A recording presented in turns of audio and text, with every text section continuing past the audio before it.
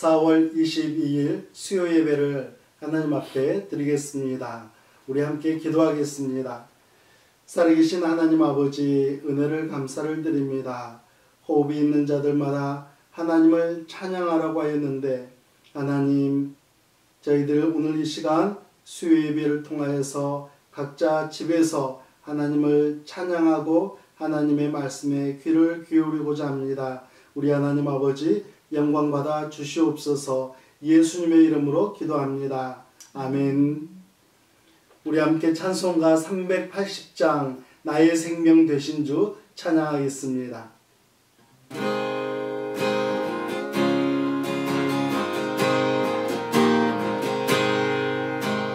나의 생명 되신 주, 주님 앞에 나아갑니다. 주의 흘린 보혈로 정죄하사 받아주소서. 날마다 주를 찬송하니 주의 사랑 줄로서 나를 굳게 자라내소서. 외로운 세상 지를 때 나를 위로하여 주소서. 주를 믿고 나가며 나의 길을 잃지 않겠네. 날마다 주를 찬송하겠네. 주의 사랑 들어서 나를 굳게 자라내소서. 세상 살아갈 때에 주님 너희 사랑합니다. 절분이 난 전국에 나의 영혼 들어가겠니. 날마다 주를 찬송하겠니. 주의 사랑 줄로서 나를 굳게 잡아내소서.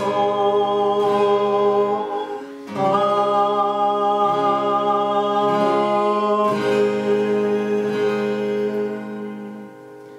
우리 384장 나의 갈 길 다가도록 찬양하겠습니다. 384장입니다.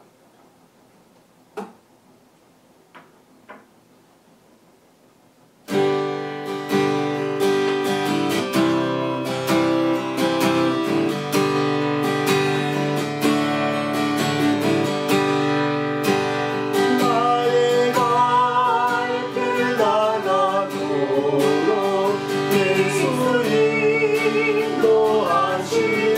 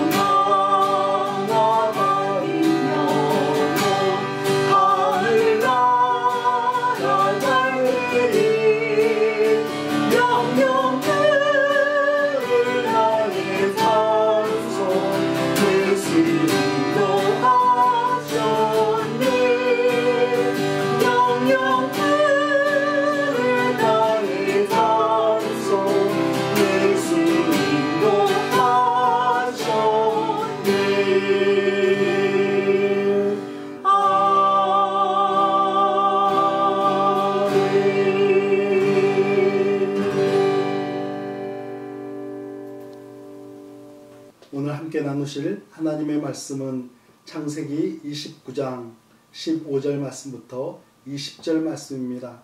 우리 함께 봉독하겠습니다. 라반이 야곱에게 이르되 내가 비록 내 생질이나 어찌 그저 내 일을 하겠느냐. 내 품삯을 어떻게 할지 내게 말하라. 라반에게 두 딸이 있으니 언니의 이름은 레아요 아우의 이름은 라헬이라. 레아는 시력이 약하고 라헬은 곱고 아리따우니 야곱이 라헬을 더 사랑함으로 대답하되 내가 외삼촌의 작은 딸 라헬을 위하여 외삼촌에게 7년을 섬기리이다. 라반이 이르되 그를 내게 주는 것이 타인에게 주는 것보다 나으니 나와 함께 있으라. 야곱이 라헬을 위하여 7년 동안 라반을 섬겼으니 그를 사랑하는 까닭에 7년을 며칠같이 여겼더라. 아멘. 프랑스의 작가 빅토르 위고의 소설 레미제라블은 우리나라에서는 장발장으로 소개되었습니다. 이 소설을 이끌어가는 주인공 장발장 외에 중요한 두 사람이 등장합니다. 한 사람은 자베스라는 경사입니다. 장발장을 수십 년이 넘도록 계속해서 추적하는 경찰입니다. 그는 열정적인 신념 하나를 가지고 있습니다. 죄인은 반드시 죄값을 치러야 한다는 것입니다. 자베스 경사는 성경적으로 볼 때 율법을 대표하는 사람입니다. 또 한 사람은 미리엘 신부입니다. 전과자 장발장에게 따뜻한 하룻밤을 재워주고 그가 은촛대를 훔쳤을 때 이것은 훔친 것이 아니라 자신의 선물이었다고 경찰에게 이야기해 줍니다. 미리엘 신부는 은혜의 사람이죠.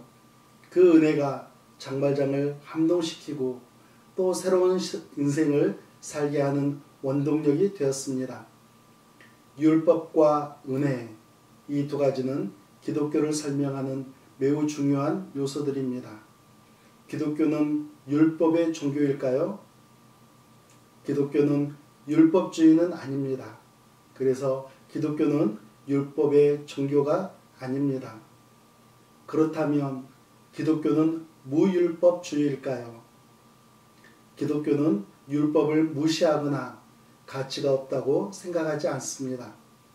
기독교에는 율법이 있지만 율법을 뛰어넘는 요소가 있습니다. 그것은 바로 은혜입니다. 예수 그리스도의 은혜를 받은 성도들이 그 은혜가 감사해서 율법을 삶의 표준으로 삼고 살아가고 있습니다. 오늘 말씀은 야곱이 결혼하는 모습을 그리고 있습니다. 오늘은 야곱의 생활에 나타난 율법의 삶을, 그리고 다음 주에는 은혜의 삶을 통해 말씀을 함께 나누겠습니다. 오늘은 야곱의 율법의 삶입니다. 율법의 삶을 소개하는 대표적인 하나님의 말씀은 심는 대로 거둔다는 것입니다. 시편 126편 5절 말씀을 보면 눈물을 흘리며 씨를 뿌리는 자는 기쁨으로 거두리로다 라고 말씀합니다. 고린도후서 9장 6절에는 이것이 곧 적게 심는 자는 적게 거두고 많이 심는 자는 많이 거둔다라고 말씀하고 있습니다. 여러분, 야곱이 외삼촌 라반의 집으로 온 이유가 무엇입니까? 속임수로 형이 받아야 할 축복을 가로채었기 때문입니다. 형의 보복을 피해 멀리 라반의 집으로 도망온 것이죠. 라반에게는 두 딸이 있었습니다. 레아라는 언니와 라헬이라는 동생입니다. 레아는 시력이 좋지 않았고 라헬은 곱고 아리따운 여인이었습니다. 야곱은 아리따운 라헬을 아내로 맞이하기 위해 7년 동안을 섬기게 됩니다. 라헬을 얼마나 사랑했는지 7년을 마치 며칠같이 여깁니다. 그렇게 7년이 지나고 결혼식을 가졌습니다. 중동지방에서는 결혼식이 주로 밤에 치러졌습니다. 그래서 결혼식을 치르면서 흥에 취해 한잔하면서 정신없이 첫날 밤을 보냈을 것입니다. 아침이 되었을 때 야곱은 깜짝 놀라 외삼촌에게 이렇게 말합니다. 25절 말씀입니다. 내가 라헬을 위하여 외삼촌을 섬기지 아니하였나이까? 외삼촌이 나를 속이심은 어찌 됨이니이까? 야곱이 어떤 단어를 사용합니까? 외삼촌이 나를 속이심은 어찌 됨이니까? 외삼촌이 자신을 속였다라고 이야기합니다. 아버지를 속이고 형을 속였던 야곱이 이제 외삼촌 라반에게 속은 것입니다. 심는 대로 거두었다는 말이 잘 어울리는 상황입니다. 이제 라반이 다시 야곱에게 제안합니다. 27절 말씀입니다. 이를 위하여 7일을 채우라. 우리가 그도 내게 주리니 내가 또 나를 7년 동안 섬길지니라. 7일 후에 라헬을 주겠으니 나를 위해 7년을 더 섬기라고 제안합니다. 야곱의 단점이 정직하지 않고 속임수를 쓰는 것이라면 야곱의 장점은 열정과 집념으로 포기하지 않는 것이죠. 외삼촌 라반의 속임수로 인해 잃어버린 7년의 시간을 자신의 장점으로 극복합니다. 야곱은 자신의 장점을 열정과 집념을 그토록 사랑하는 여인 라헬에게 다시 집중합니다. 30절 말씀을 보면 야곱이 또한 라헬에게로 들어갔고 그가 레아보다 라헬을 더 사랑하여 다시 7년 동안 라반을 섬겼더라고 말씀합니다. 사랑하는 성도 여러분, 우리들도 심는 대로 거두는 율법적인 삶을 살아갈 때가 많이 있습니다. 고집이나 억지를 부리며 신앙생활하다가 어느 날 나보다 더 고집스럽고 더 억지스러운 성도를 만나 곤란한 처지에 놓이게 될 때도 있습니다. 하나님께서 맡겨주신 일에 무책임하게 일관하다가 어느 날 나보다 더 무책임한 사람으로 인해 물질적인 피해, 정신적인 피해를 경험하기도 합니다. 반대로 열심을 가지고 교회를 섬기다가 더 열심인 성도님을 만나 아름다운 사역의 동력자가 되어 협력의 기쁨, 사역의 기쁨으로 충만해지기도 합니다.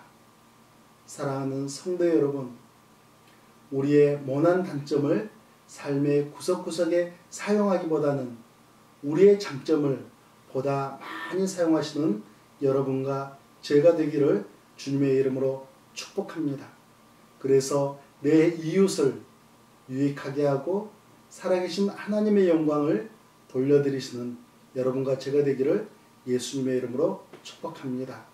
우리 함께 기도하겠습니다. 살아계신 하나님 아버지, 우리의 모난 성품으로 인하여서 우리가 뿌린 대로 거두며 살아갈 때가 있습니다. 우리의 단점을 내세우기보다는 우리가 하나님께서 허락하신 선하고 아름다운 장점들을 더욱더 많이 증거하며 뿌리며 살아갈 수 있도록 은혜 베풀어 주시옵소서. 이제는 우리 구주 예수 그리스도의 은혜와 살아계신 하나님 아버지의 지극하신 사랑하심과 성령 하나님의 인도하심과 역사하심이 하나님께서 우리에게 허락하신 선하고 아름다운 것들을 더 많이 이 세상의 삶의 구석구석에 뿌리며 살아가기를 간절히 소망하는 성도들과 그들의 삶의 터전 위에 이제부터 영원토록 함께 하시기를 예수 그리스도의 이름으로 축원하옵나이다. 아멘.